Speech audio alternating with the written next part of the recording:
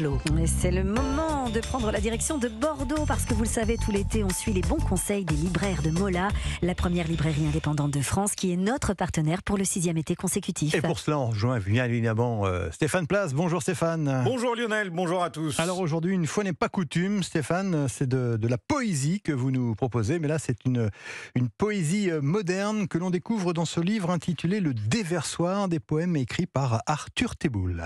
Oui, alors figurez-vous que nos amis libraires constatent, et tant mieux, un regain d'intérêt pour la poésie ces dernières années, avec, m'ont-ils expliqué, de plus en plus de jeunes lectrices et lecteurs qui apprécieront sans nul doute ce recueil que signe Arthur Teboul. Arthur Teboul, c'est l'auteur et le chanteur du groupe français connu, dont le succès ne se dément pas depuis une dizaine d'années, Feu Chatterton. Arthur Teboul écrit donc depuis très longtemps, mais là, ce sont 98 poèmes minutes qu'il nous propose de découvrir dans Le Déversoir. Petite explication de texte, c'est l'artiste qui la livre.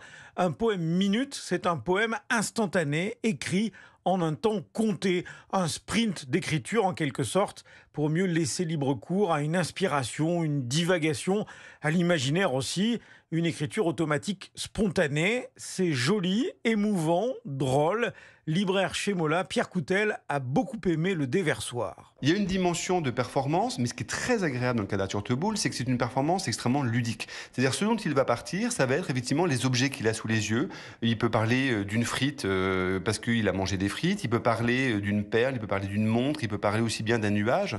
Souvent, c'est des situations assez cocasses, parfois un peu absurdes, souvent les objets parlent, et ce qui fait qu'effectivement, on n'est pas du tout dans l'image qu'on peut avoir d'une forme de poésie, souvent liée à l'univers scolaire. Et l'on retrouve dans ce recueil de poésie un rythme dans l'écriture, une énergie qu'Arthur Teboul déploie déjà en concert avec Feu Chatterton. On voit aussi que la poésie se niche dans notre quotidien en fin de compte. Le vrai enjeu, au moment de l'écrire, ce type de poème, qui n'est pas un absolu dans la façon de faire, c'est d'accepter se laisser aller et d'accepter de coucher sur le papier. Et d'ailleurs, j'ai été surpris de constater, par exemple, la présence d'autant d'oiseaux, d'autant d'angoisse, du ministre du Commerce, à de nombreuses reprises.